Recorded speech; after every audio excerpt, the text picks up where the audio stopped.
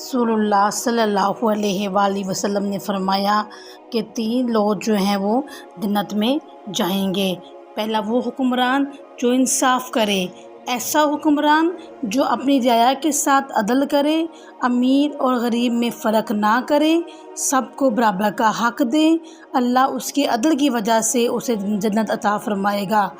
دوسرا وہ انسان جو نرم دل اور رحم دل ہو، جو اپنے خاندان والوں، بچوں اور یتیموں پر شفقت کرے، دوسروں کے ساتھ نرمی اور محبت سے پیش آئے، اللہ تعالیٰ اس کے دل کی نرمی کو پسند فرماتے ہیں۔